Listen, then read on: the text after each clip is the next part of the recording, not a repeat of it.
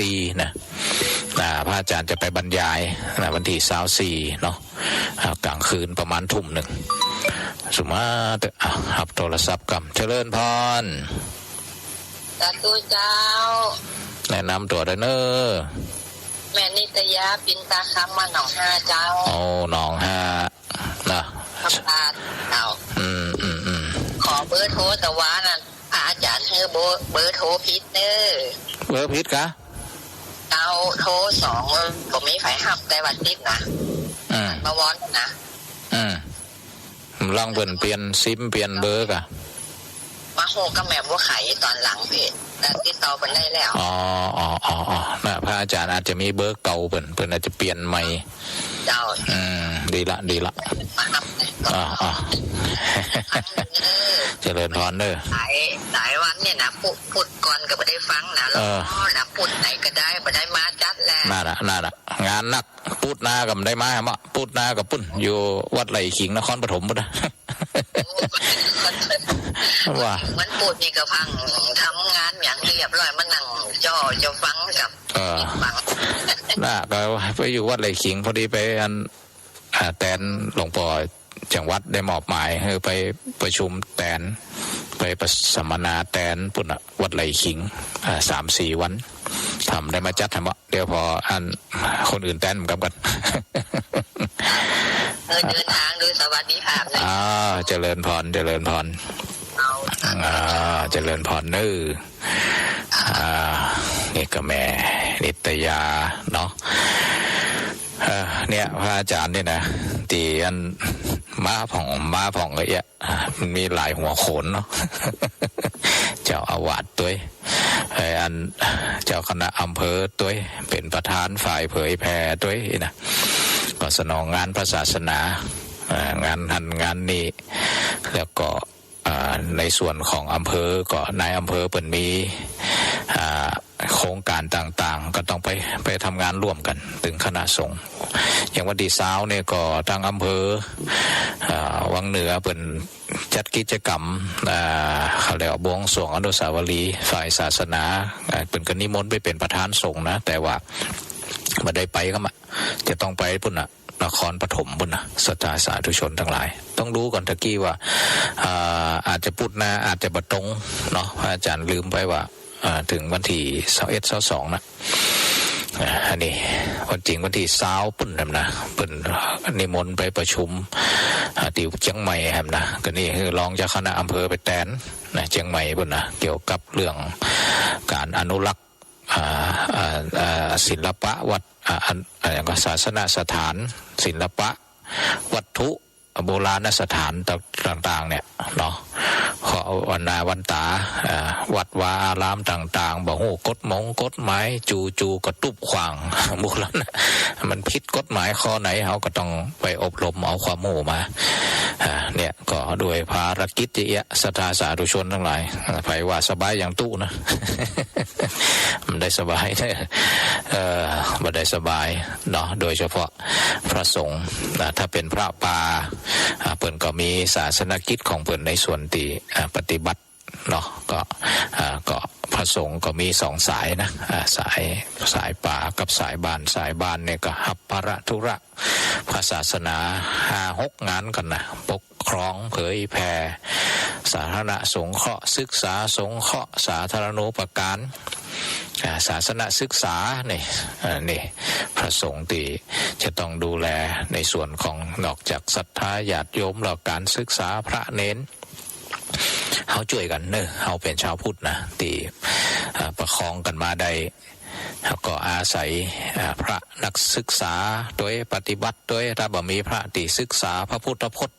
พระไตรปิฎกก็มีไผสืบทอดการแปลพระไตรปิฎกมันก็เป็นภาษาอย่างอื่นที่เฮาบ่สามารถมาฮู้ได้ก็อาศัย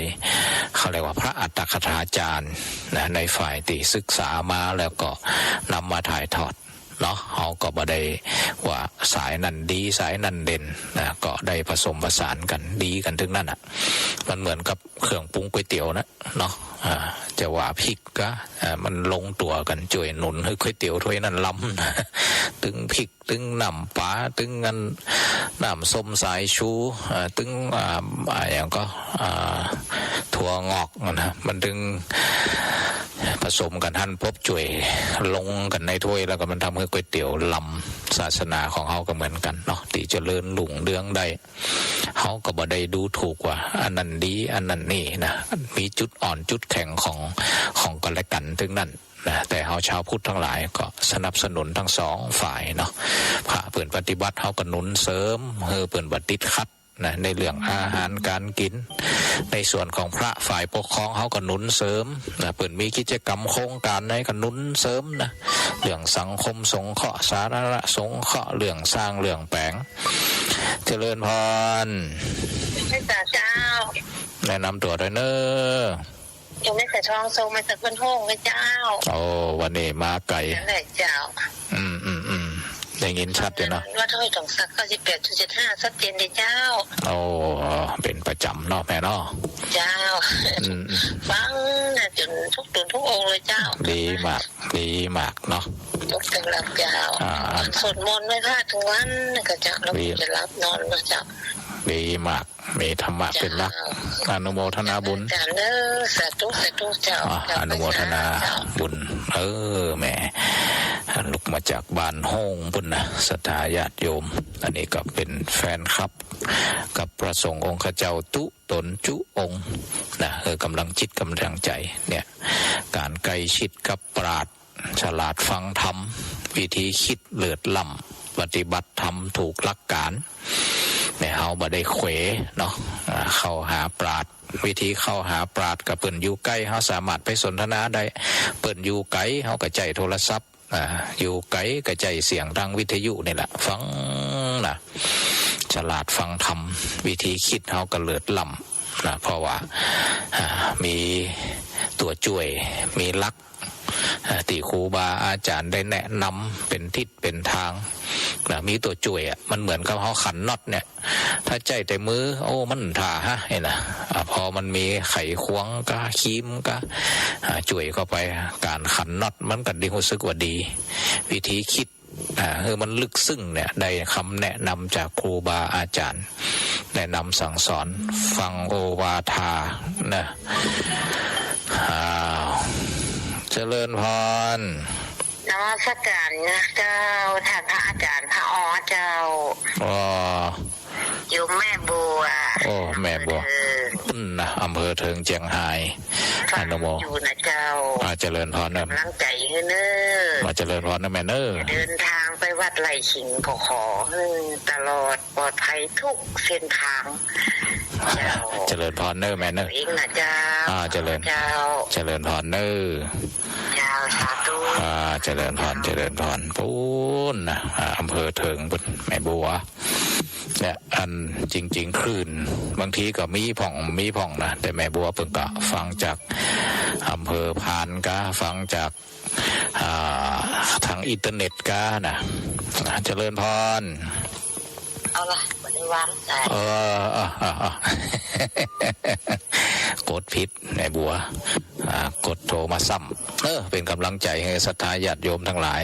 วันที่24นะพระอาจารย์ก็จะได้ไปบรรยายให้กับพระที่เป็นปฏิบัติธรรมนะที่วิไลสงฆ์นครลำปางนะวันที่24หับปากน้องแอมละเป็นฝ่ายประสานงานพระอาจารย์จะไปลืมนะวันที่24ประมาณทุ่มประกาศทางวิทยุด้วยเนอว่าไปครับไปฟังเทศฟังธรรมไปได้ที่วิไลสงฆ์นครลำปางแล้วเปิดจะถ่ายทอดสดด้วยนะ แล้วก็มีแห่งโครงการหนึ่งเนาะศรัทธาสาธุชนทั้งหลายโครงการที่ทางจังหวัดทางคณะสงฆ์แล้วก็ทางผู้ว่าราชการจังหวัดนี่บวชถวายพระราชกุศลแด่สมเด็จพระเจ้าลูกเธอพระองค์พา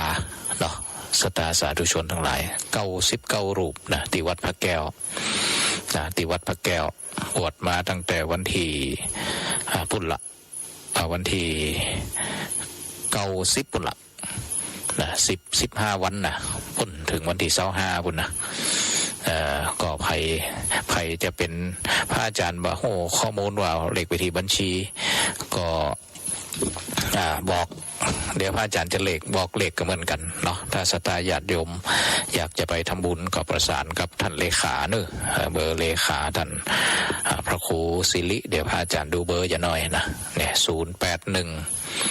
นะ993 1653นะ081นะ993 1653แหมข้างหนึ่งเนาะ0819931653นี่พระครูศิริเลขาเจ้าคณะจังหวัดเนาะพระครูศิริรัตนโสภิตนะแจ้งไปเนอะว่าฟังรายการธรรมะยามเย็นนะพระมหานพดลสุวรรณเมธีเพิ่นได้แจ้งว่ามีพระมาบวชอยู่99 รูปนะ99 รูปนะก็ไปเป็นเจ้าภาพได้น้ำปานะกานะน้ำปานะ ถวายภัตตาหารได้นะแต่ว่าวันที่17เนาะพระอาจารย์ก็ไปบรรยาย2 ทุ่มถึง4 ทุ่มนะวันนี้ก็พักวันหนึ่งวันพุธ9 รูปนะ9 รูปนะไปบวชที่หันนะทุกอำเภอนะอำเภอละ9ของอำเภอละ5ละ10ของนะรวมทั้งหมด99 รูปบวชถวายเป็นพระราชกุศลแด่สมเด็จพระองค์พาอันนี้ก็สามารถไปทำบุญได้เนอะศรัทธาสาธุชนทั้งหลายพระอาจารย์ก็บ่ได้หูเลขบัญชีประสานไปทางเลขาเพิ่นกันแล้วกันนะเนาะศรัทธาสาธุชนนะวันนี้ก็ได้ปรารภธรรมะได้หลายในนะปรารภธรรมะในเรื่องของพิธีพุทธที่ผู้นำสามารถนำมาเป็นกุศโลบายแล้วเฮาทั้งหลายได้เห็นเหตุเห็นผลที่เวลาเฮาประกอบกิจการเกี่ยวกับวิถีพุทธเนี่ยมันมีธรรมะแฝงอยู่มันเหมือนต้นไม้เฮาปลูกปุ๊บเนี่ยเฮาอาจจะมองว่าโอ้ต้นไม้ต้นนี้ไม่มีผลไม้อะไรสักอย่างกินก็ไม่ได้ลกหูลกตาเนี่ยเราอาจจะมองในแง่นี้แต่หารู้ไหมว่าถ้ามองผลประโยชน์ที่มันแฝงอยู่ก็คือมันฮือลมฮือเงานะเวลาลมแห้งมันยังบังลมใดนะเวลามันแดดก็ยังฮือลมฮือออกซิเจนด้วยนะเนี่ยระยะพอได้ยึดเป็นได้ซึมซับน้ำไว้อุ้ยไงว่าต้นไม้ต้นหนึ่งก็ ที่ป่าลึกป่าที่สมบูรณ์เนี่ยจำได้จะทำไมมีน้ำห้วยตลอดที่มันไหลตลอดเพราะว่าต้นไม้มันอยู่ด้วยกันนักมันเหมือนกับแท่งน้ำที่มันเก็บน้ำไว้นะต้นไม้นะพอมันฝนมามันก็ทยอยปล่อยน้ำที่เก็บไว้นะดินชุ่มมันเหลือจากนั้นมันก็ไหลมาตามห้วยตามห้องเนี่ยทำให้เรามีแหล่งน้ำกินน้ำมาหล่อเลี้ยงเนี่ยเขาจะไปมองว่าต้นไม้นี่มีประโยชน์เพราะว่ามีผลที่เขาได้กินได้ขายมันคือออกซิเจนวิธีพูดก็เหมือนกันไปใส่บาตรนะใส่อะไรอย่างทุกเจ้ายังหากินเองเนี่ยบางคนนี่นะแต่หารู้ไหมว่าในคณะที่เขาไปใส่บาตรนอกจากเขาต่อลมหายใจได้อุปถากอุปถัมภ์สนับสนุนพระสงฆ์องค์เจ้าแล้วในส่วนอื่นที่มันแฝงเข้ามาก็คือเขาลองจนลูกจนหลานเข้าไปใส่บาตรนะทอดเกิบลูกนะสัมพันธ์สายใยที่ลูกหลานตัวเล็กๆนะหูจักอ่อนน้อมถ่อมตนแบบก้าวเล่าแต่ขณะเองก็เวลาหลานใส่บาตรก็ลูกใส่บาตรลูกระวังนะเนี่ยเพิ่นจะมีกุศโลบายของเพิ่นก็ให้ใส่อย่าไปโยนนี่เป็นเรื่องของสะกดจิตคือมีระมัดระวังเขาเรียกว่าอินทรีย์สังวรอินทรีย์สังวรนั่นแหละคือกำลังเป็นแหล่งผลิตเรื่องสติเรื่องสำนึกเรื่องสัมปชัญญะเขาเรียกว่าระลึกรู้คณะอันนี้ประโยชน์เนอะห้ามเอามือถูกขอบบาตรนะเนี่ยมันมีกุศโลบายหลายอย่างแต่ถึงวันนี้เขาบ่ได้จะหนีไงลูกหลานกับบ่ได้ใส่บาตรมันก็เลยกิจกรรมพวกนี้ไม่ใช่เป็นเวลาที่ผลิตคุณธรรมนะ จริงๆเวลาพวกเนี่ยมันถ้าเราค้นหานะลูกหลานแต่ก่อนพระอาจารย์ในยาดานะละเอกละอ่อนใส่บาตรตึงวันใส่บาตรยายเปิ่นใส่บาตรแต่ประเดี๋ยวเนี่ยยาดาไปอยู่กรุงเทพละนะยาดาไปใส่กรุงเทพแต่ปีกมาเนี่ยก็ยังอันนี้อยู่ยังมาแต่ก่อนอยู่กับอันยายนะตายายสองนะเนี่ยก็นำใส่บาตรตึงวันนะตั้งแต่อันใส่ปะนะตั้งแต่จับมือนะตอนหลังว่ายาดาจัดการเองเนี่ยเอามีผ้าปูหนังเนี่ยผืนหนึ่งนะตอนหลังมาผ้าปูเวลาไปบิณฑบาตเสร็จยาดาก็จะมีผ้าปูนิมนต์เจ้าข้านะเพราะเป็นคนไทยเนาะนิมนต์เจ้าข้าเนี่ยมันเป็นเรื่องเป็นแหล่งผลิตเรื่องของความอ่อนน้อมถ่อมตนทำให้ตื่นเจ้าให้ปึ่งตัวเก่าแล้วก็เรื่องความระมัดระวังมีสติมันได้หันหมดเนาะหนึ่งกิจกรรมที่วิธีพูดแข่ใส่บาตรนะแต่ประเดี๋ยวนี้มันเท่าไม่ได้ปลูกฝังยี่เนาะละเอกละอ่อนนะบางทีก็เห็นใจเหมือนกันนะโรงเรียนยิ่งในเมืองนะไปขวายกับรถติดก็ต้องรีบไปแต่วันเสาร์วันติดพ่อแม่ถ้าใครเห็นคุณค่านะแต่ประเดี๋ยววันเสาร์วันติดก็ลูกไปเห็นพิเศษนะเมาะบ่ได้มีโอกาสได้เรื่องวิถีพุทธเนาะอันนี้ก็แหลกเปลี่ยนได้ชี้ประเด็นเห็นธรรมในเรื่องเหล่านี้นะศรัทธาสาธุชนทั้งหลายวันนี้ก็พระมหานพดลสุวรรณเมธีมาทำหน้าที่ดำเนินรายการแล้วก็ผ่านยังเครือข่ายวิทยุสีขาวเพื่อชาวประชาทั่วภาคเหนือเนาะหลายเครือข่ายหลายคลื่นนะที่รวมกันนะที่มีของวัดหลายวัดนะที่ครูบาอาจารย์ทั้งหลายได้เสียสละเป็นผู้ปิดท้องหลังพระนะศรัทธาสาธุชนทั้งหลายพระอาจารย์เห็นแล้วมีกำลังจิตกำลังใจอนุโมทนาบุญเป็นอย่างสูงที่ครูบาอาจารย์ลงทุนสร้างสถานีเครือข่ายปิดท้องหลังพระนะไม่จะได้งบของรัฐบาลไหนจะต้องกาน้ำกาไฟกาแอร์ดังนั้นศรัทธาสาธุชนทั้งหลายก็แจ้งเป็นกลางๆก็แล้วกันนะเนาะว่าเฮาฟังสถานีไหนตีมีเบอร์มีอย่างก็แจ้งไปเนอะไปสนับสนุนกาน้ำกาไฟกาแอร์ให้ครูบาอาจารย์แต่ละวัดไปช่วยหนุนเสริมนะอย่างจากเนี้ยเอาต่อลมหายใจเพราะว่ากะโฆษณาก็ไม่ใจมีโฆษณาก็ไม่ใจได้นะก็อาศัยญาติโยมทั้งหลายหู้กันเนาะว่าได้ช่วยหนุนเสริมเพราะทุกอย่างคณะสงฆ์เขาก็มันบ่ได้งบจากรัฐเขาก็อาศัยใบบุญของศรัทธาสาธุชนทั้งหลายที่ได้สนับสนุนเนาะธรรมะแล้วก็เป็นประโยชน์มากเลยนะบางผู้บางท่านที่พระอาจารย์ลงพื้นที่เนี่ยเปิ่นว่าจะโทรมานะบางตีเปิ่นนะรวมกันบางทีก็มาฟังเทศน์ฟังธรรมเจอไผ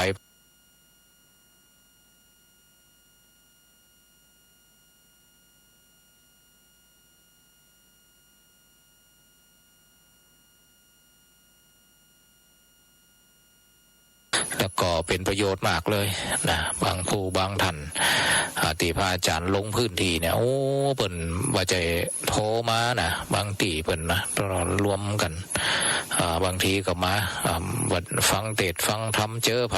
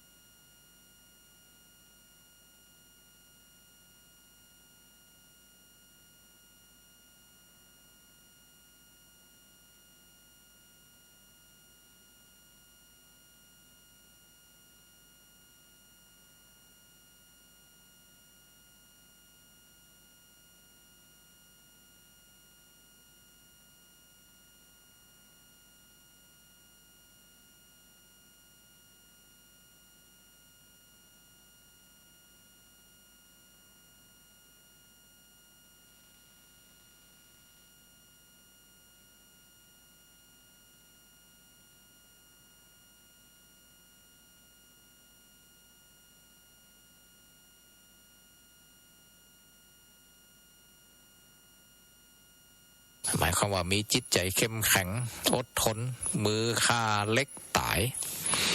นะก็คือเพียรพยายาม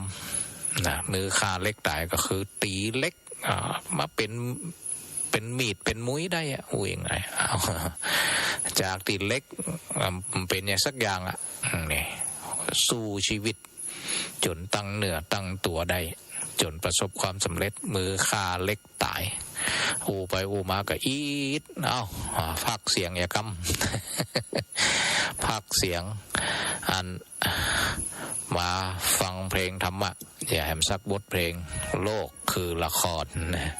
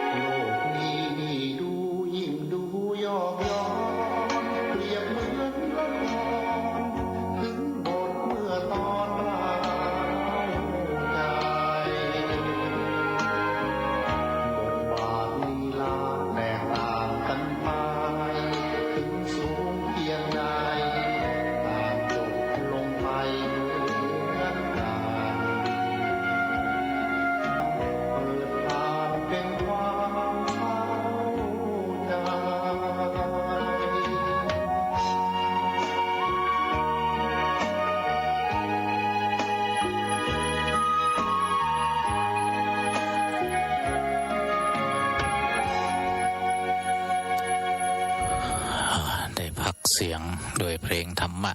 นะโลกนี้คือละครความหมายจัดดีนะศรัทธาสาธุชนทั้งหลายมีพุทธศาสนาสุภาษิตเกี่ยวกับโลกนี่เหมือนกันนะมีว่าเอทะปัสสะทิมังโลกังเนี่ยเอสะปัสสะทิมังโลกังจิตตังราชรัถูปมังยัตถภาลาวิสีทันตินะนัตถิสังโฆวิชานตังนี่โอ้คาถาบทนี้นี่สุดยอดนะสะท้อนความเป็นจริงว่าท่านทั้งหลายจงมาดูโลกนี้อันวิจิตรเปรียบเหมือนราชรถนะรถของพระราชาจะตกแต่งสวยงามนะเหมือนโลกเนี่ยนะมันชวนหลงไหลนะที่คนพาลทั้งหลายนะคนเขาเนี่ยยัตถภาลาวิสีทันติที่คนพาลติดข้องอยู่นัตถิสังโฆวิชานตังแต่ผู้รู้หาข้องอยู่ไม่นะบ่หลงกูยังไงผู้รู้ไม่หลงอยู่โลกยังไม่หลงนะเหมือนกับแมงเม่าเนาะคนพาลเนี่ยนะหันแสงสว่างกระโดดใส่นะตายเพราะแสง แต่บัณฑิตนะหาข้องอยู่ไม่นะนี่ก็เป็นคาถาจัดดีเนาะก็ก่อนจะฟังพุทธศาสนาสุภาษิตมาบอกกิจกรรมของวิไลสงฆ์นครลำปางเพิ่มเติมตอกย้ำซ้ำทวนศรัทธาวิไลสงฆ์นครลำปางมีโครงการปฏิบัติธรรมนะตั้งแต่วันที่19เป็นต้นไปละแต่ปฏิบัติแต่วันที่20แต่มีกิจกรรมวันที่19ธรรมยาตราตั้งแต่ 7 โมงคือรวมจุดเริ่มกันเตียววัดบันฝนนะเอาไปใส่บาตรกันนั้นใดศรัทธาสาธุชนทั้งหลายใส่บาตรธรรมยาตราก็คือมีเดิน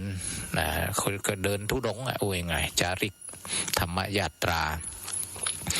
เดินจากบันฝนไปถึงวิไลสงฆ์นครลำปางก็หลายกิโลนะศรัทธาสาธุชนทั้งหลายดังนั้นเอาน้ำไปถวายระหว่างทางตามจุดมันจะมีศาลาชัยศาลาดงล้านไปทั้งปุ่นไปตั้งอันเส้นทางเรานั่นเนาะนี่มาไปได้นะ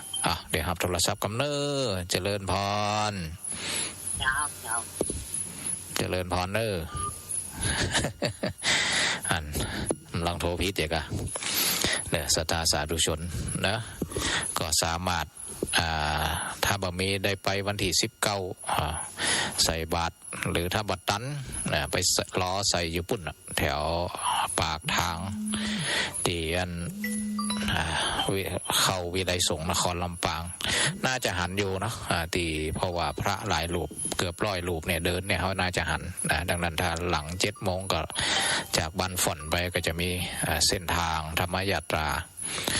เจริญพรสถานี94บ่ออกน้ำเลยนี่นะแหละบ่ออก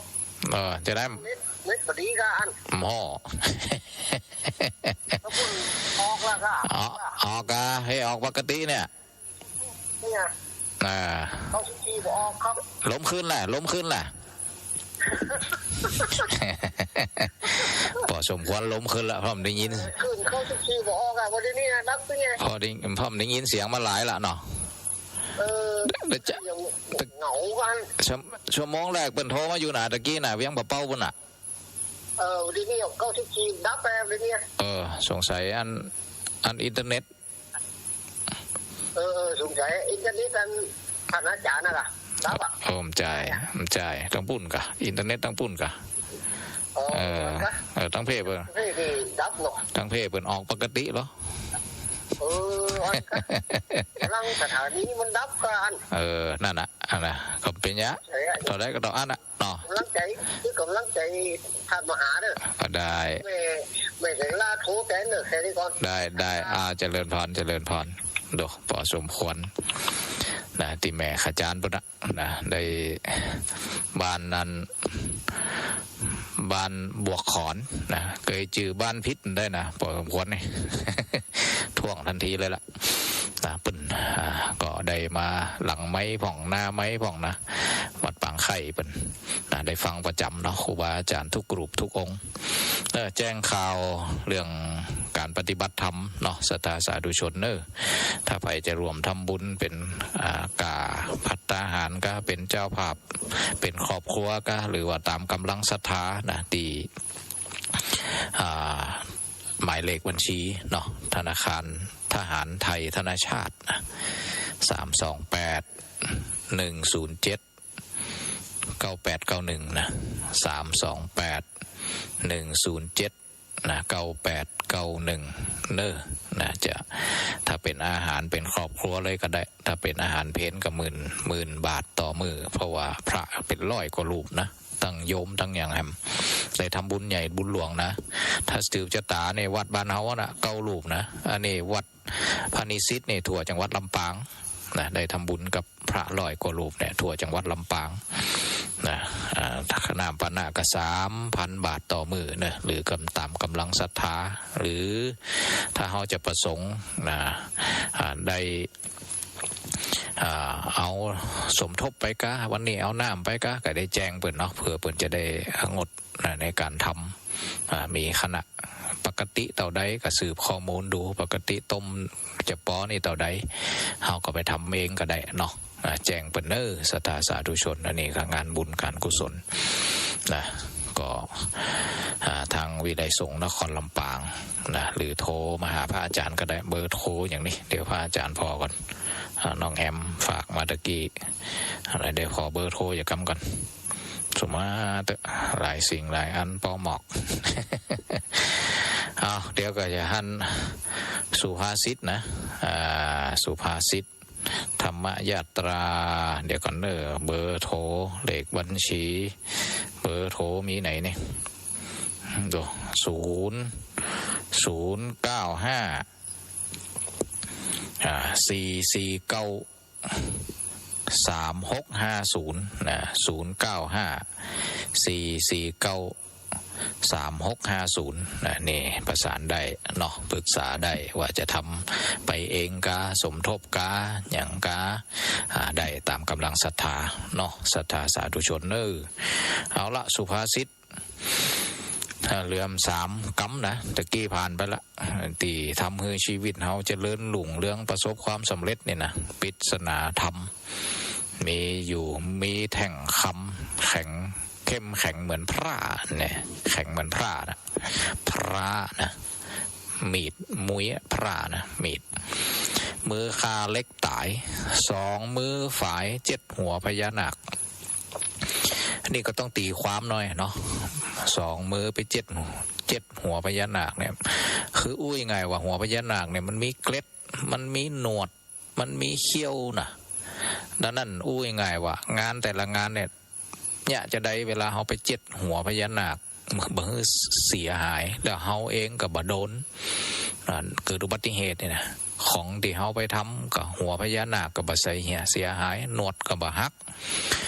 เขี้ยวมันก็บ่โดนมือเขาเองนะนี่หมายความว่าต้องใจความระมัดระวังรอบขอบบ่ประมาทนะนี่เวลาไปทำงานทำการทำงานต้องใจความรอบขอบบ่ประมาทต้องใจสติปัญญาให้นักจะไปใจห้อนนี่ง่ายๆนะจะไปพลุนพลันพองานบางอย่างมันละเอียดละออนะต้องใจความรอบขอบละเอียดละออภาษาพระเขาเรียกว่าโยนิโสมนสิการช่วยได้อยู่แต่บางคนนี่งานเสียงานพลาดโอ้ไปรับเหมาก่อสร้างกับหลุมตุ่มต่ำเอาละพนักงานถูกน้องนะเกิดอุบัติเหตุนะพอเกิดอุบัติเหตุก็ต้องเข้าโรงพยาบาลก็ต้องไปจ่ายกำให้กำเหลือนะนี่บางทีก็เพราะพลุนพลันมักง่ายนะที่ทำอย่างแทนที่จะได้กำให้กำได้เอาไปเสี่ยงกะพวกเนี้ยซ่อมก็ไปโดนปรับก็นะมันก็เสี่ยงนี่เห็นเลยยังว่างานบางอย่างบางคนเนี่ยทำงานบ่ค่อยประสบความสำเร็จบ่รุ่งก็เพราะที่ตามคำสุภาษิตที่ว่าสองมือฝ่ายเจ็ดหัวพญานาครอบขอบนึปากขาพระจันทร์นี่อันนี้คนเฮาอยู่กับคนเนาะพระอาจารย์บางครั้งก็ลุกถุงบางครั้งก็โดนเหมือนกันนะเนี่ยบางครั้งก็เตือนตัวเก่า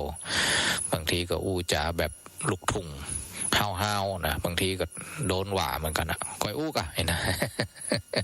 ก็น้อมรับฟังนะคนเขาจะไปดื้อไปลั่นนะเสียงสะท้อนนี่สำคัญนะดังนั้นเหมือนขับรถเนาะปัจจัยว่าพอตั้งหน้าแล้วก็พอกระจกตั้งหลังบ่พอกระจกข้างพ่องไอ้นะเอาเดี๋ยวก็ไปหลอดรถก็ไปเฉียวหันเฉียวนี้จะแซงทำพอ กระจกหลังนะเดี๋ยวกันลุ่มตุ้มเหมือนกันคนเฮาก็เหมือนกันเวลาจะเดินไปตั้งหน้าก็ต้องฟังปากคาบพระจันทร์ก็คือหมายความว่าอู้มวนเป็นเสน่ห์เนาะนะอู้ปากคาบพระจันทร์จะไปคาบพระอาทิตย์นะพระอาทิตย์ในแสงมันห้อนเนาะแสงอาทิตย์มันร้อนนะคนใดปากห้อนปากห้ายเนี่ยมันก็บ่ค่อยมีเสน่ห์นะดังนั้นอยู่ด้วยกันคือปากหวานนวลพระพุทธเจ้าตรัสว่าสันหวาจาและเมตตาเมตตาสหิตาวาจานะคือวาจาที่ประกอบด้วยเมตตานะมีความฮักนะนี่มีความฮักมีความจริงมีประโยชน์แล้วก็มีความอ่อนหวานถูกการเวลานี่เป็นเรื่องของการอู้การจานะปากคาบพระจันทร์สองตีนยันพระอาทิตย์นี่สองตีนยันพระอาทิตย์สองตีนยันพระอาทิตย์จะอธิบายจะได้ดีอู้ยังไงวะคือมีความขยันนั่นเองพระอาทิตย์เนี่ยก็มีสองอย่างก็คือพระอาทิตย์ขึ้นกับจนพระอาทิตย์ตกนะสองตีนยันก็คือตั้งแต่เจ้าถึงแรงทำงานสองตีนยันก็หมายความว่ามีความขยันมันเพียรสองตีนสองมือเนี่ยทำงานตั้งแต่พระอาทิตย์ขึ้นจนถึงพระอาทิตย์ตกอุ้ยง่ายโดยรวมก็คือขยันมันเพียรนั่นเองรับผิดชอบมุ่งมั่นนี่เป็นเรื่องของคำสุภาษิตเนี่ยเนาะมันเป็นเรื่องของธรรมะพิศนาธรรมที่ทำให้เราทำงานแล้วประสบความสำเร็จบ่ว่าในฐานะอย่างฐานะเป็นลูกน้องฐานะเป็นผู้นำฐานะเป็นผู้เพื่อนร่วมงานบ่ว่าในส่วนของครองงานครองตนครองคนครองชีวิตประสบความสำเร็จก้าวหน้าลองเอาไปใจเนอะศรัทธาแบบจะร้องเอาไปใจเลยประสบความสำเร็จแน่นอนทบทวนนะมีแข่งคำแข่งเหมือนพระมีจิตใจที่เข้มแข็งนะอึดอดนะมือคาเล็กตายก็คือมีความเพียรพยายามมุ่งมั่น เปิดบอกว่ามีความเพียรมีศรัทธามีความหวังตั้งใจเนี่ยมีศรัทธามีแรงบันดาลใจเชื่อมั่นในศักยภาพตัวเก่านะชีวิตมันจะมีความหวังมีศรัทธามีความหวังมีปาฏิหาริย์นะเนี่ยชีวิตมันจะมีปาฏิหาริย์เรื่องที่มันเป็นไปได้มันจะเป็นไปได้นะ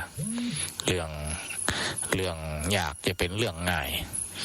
นี่มีความหวังมีทิศทางมีความตั้งใจจะมีความสำเร็จนะอยากให้ชีวิตมีความสำเร็จมีปาฏิหาริย์มีทิศทางก็เนี้ยถึง5 ข้อนี่แหละหรือมีศรัทธามีความหวังมีความตั้งใจนี่ก็เหมือนกันมีจิตใจที่เข้มแข็งแล้วก็มีความเพียรพยายาม2 มือฝ่าย7 หัวพญานาคนี่มีความรอบขอบนะบ่ประมาท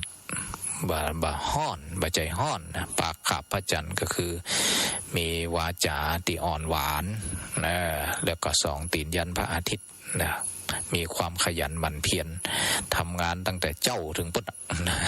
จะไปยุดกลางคันง่ายๆนะเอาละวันนี้ศรัทธาสาธุชนทั้งหลายต้องขออนุโมทนาทุกท่านนะเข้าสู่ช่วงท้ายรายการเดี๋ยวก็จะลำลานะเซตนะก็จะเปิดเพลงไว้เดี๋ยวพระอาจารย์ก็จะเตรียมตัวเข้าแหมห้องวิปัสสนาแหมโหมด 1สาธยายพระไตรปิฎกเนาะพระไตรปิฎกศึกษาวิปัสสนาออนไลน์กำเดิดก็จะเข้าบรรยายก็หลายติดเหมือนกันนะศรัทธาญาติโยมกระบนเหมือนกันนะพระอาจารย์หายไปหลายอาทิตย์ วันนี้ก็ต้องขอกราบขอบพระคุณครูบาอาจารย์ทุกท่านนะทางเครือข่ายวิทยุคลื่นสีขาวเพื่อชาวประชาหลายๆคลื่นนะตั้งเชียงใหม่ลำพูนลำปางเชียงรายพะเยาปุ่นนะตั้งแม่ที่พะเยาเพิ่นก็ฟังนะเพิ่นก็โทรมาหาอยู่นะก็ตั้งตลอดถึงวิทยาลัยสงฆ์เพื่อการศึกษาวิทยาลัยสงฆ์นครลำปางคลื่น106.50 เมกะเฮิรตซ์ที่ต้องขอกราบขอบพระคุณผู้บริหารนะมีอาจารย์ท่านพระครูสิริธรรมบัณฑิตผอ.วิทยาลัยสงฆ์ตลอดถึงท่านพระมหาบวรวิทย์ท่านดร.อาจารย์จิรศักดิ์ปันล้ำน้องแอมที่ฝ่ายเทคนิคที่ในส่วนของช่วยดูแลประสานงานเนาะศรัทธาญาติโยมขอให้อยู่ดีมีสุขกันเนอะเจอกันใหม่เดี๋ยวก่อนปุตนาทำจะได้ก็จะได้เจอกันใหม่เนอะถ้าบัติดภารกิจนะพยายามจะมาพบปะศรัทธาสาธุชนทั้งหลายคอยให้ใจธรรมะในการดำรงชีวิตยกฐานะละกิเลสสร้างเหตุแห่งความดียกฐานะละกิเลสเพื่อให้มีเศษกว่าสัตว์นะเอาทั้งหลายขอให้ทุกท่านอยู่ดีมีสุขอยู่เย็นเป็นสุขสมบูรณ์พูนสุขทุกท่านทุกคนเทินเจริญพรเจริญธรรม